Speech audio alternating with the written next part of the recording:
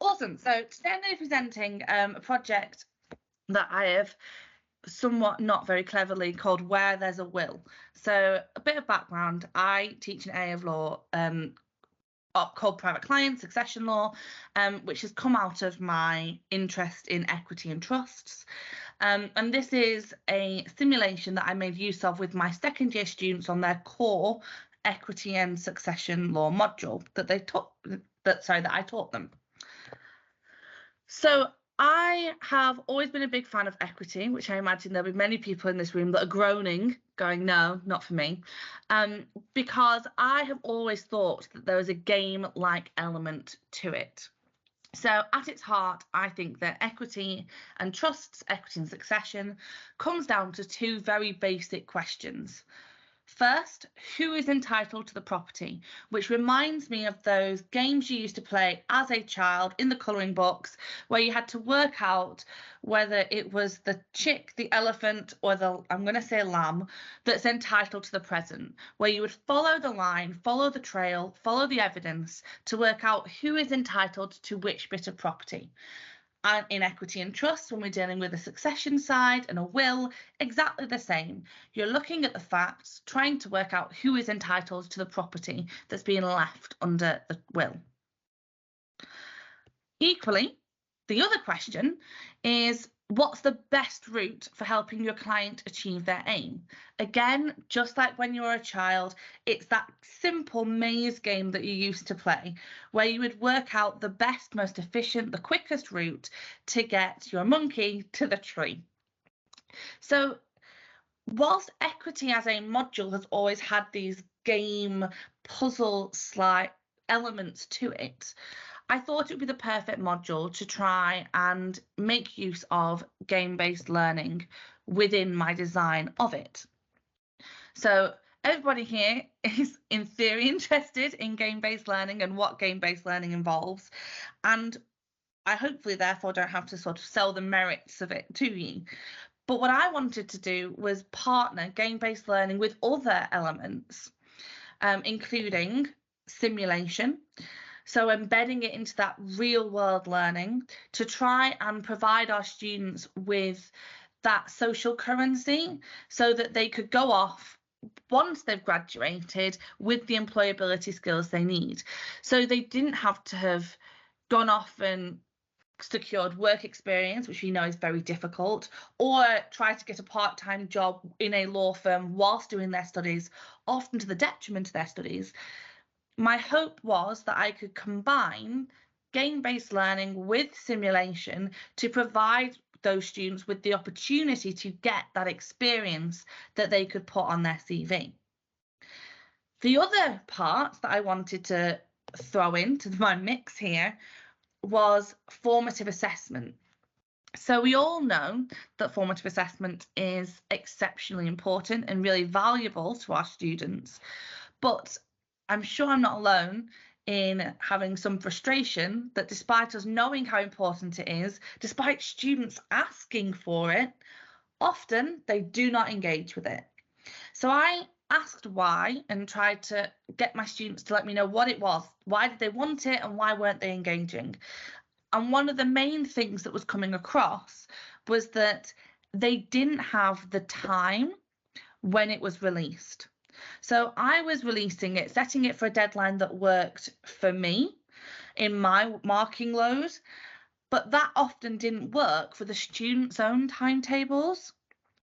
So consequently, they weren't engaging because they felt they couldn't. So what I was looking to try and do was create or make use of whatever I created in this game simulation to allow the students to get the feedback that they would have got from my formative assessment, but allow them the opportunity to do it whenever it was that they wanted to. So as you can see from the messages that I put on the screen, the third year student said they aren't released at a time when I'm available, so I don't have time to do them before the deadline. Or the first year student that said, I haven't started revising the topic yet, so I don't want to receive bad feedback to be demotivated. And that was another side of my motivation, which was I wanted the student to be able to get the feedback and be able to say to them, look, a lot of this is automatic within it. So I won't know if you get the wrong answer per se, which means that, you can learn at your own pace without that fear of humiliation, as they seem to view it, if they get the wrong answer in front of us. So this is what I came up with. I based this simulation on a computer screen. So the idea is that this simulation is designed to look like a desktop computer. So when they click to log in, there are helpers to help us along our way. So I resurrected the Microsoft paperclip because that's my childhood in an image, to offer some hints and guidance if the student ever gets stuck. But also there is a collaborative link at the bottom whereby a Padlet link opens so they can post any questions, let us know, that's monitored by me and by other students. So collaboratively they can help each other to work through the different points of this programme. And then, in essence, I have tried to create a path through this desktop computer to simulate, to demonstrate, to allow the student to participate in real world activities whilst also testing their understanding of equity and trusts. So I've opened an email, and just to prove how simple it is, all I've done here is take a screenshot. In fact, I think actually I Googled Outlook background, and I just took that image from Google, or I've screenshot and copied and pasted it in. So it's not that difficult to create these real life backgrounds. And then it's just about linking. So I created my Word document link that's taken me to a screenshot of a Word document, and then I've populated the text. And then we have little tasks. So the first task is how many issues can you spot? So this is getting the students to read through those basic set of facts and identify how many problems they can foresee. So I can tell you it's 6 or 7. Then there are links to each of the different potential issues. So the one I'm demonstrating today is the Jimi Hendrix guitar issue and who is entitled to it within Mr. Pennywise's property. Again, we have hints and tips on what we need to do. So this is about fact identification, so identifying which of those facts are specifically relevant to this question of who is entitled to the Jimi Hendrix guitar. If you can't work it out straight away, again, all we do is refresh and we get more helpful guidance along the way. Now, I can tell you the answer is 14. So you can embed within the platform at where you had to write an answer. So that's just typing the number 14.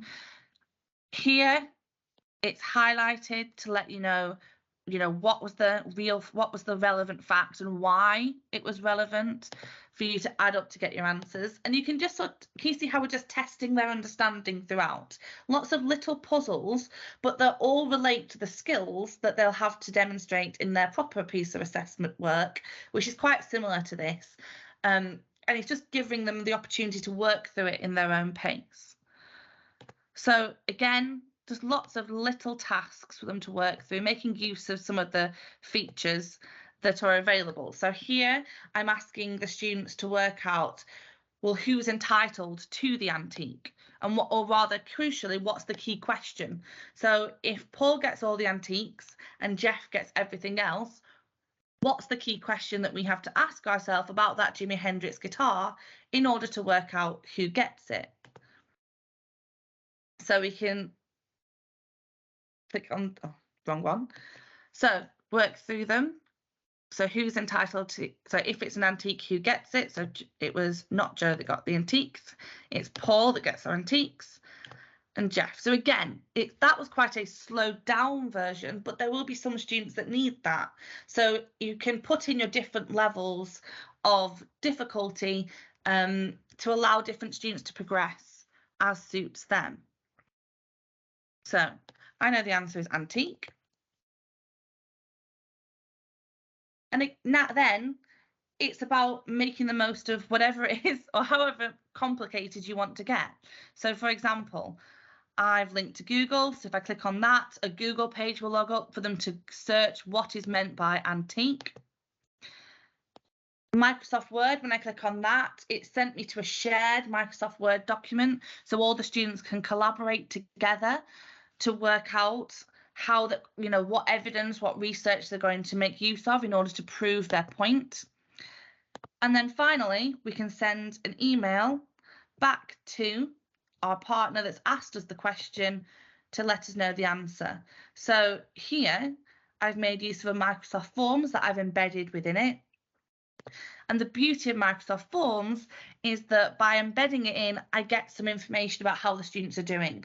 So the students can then say, oh, well, I think it's Paul that's going to get it, and here's my reasoning. So I get a snapshot myself to see who's engaging with the process, who's getting the right answers in the process.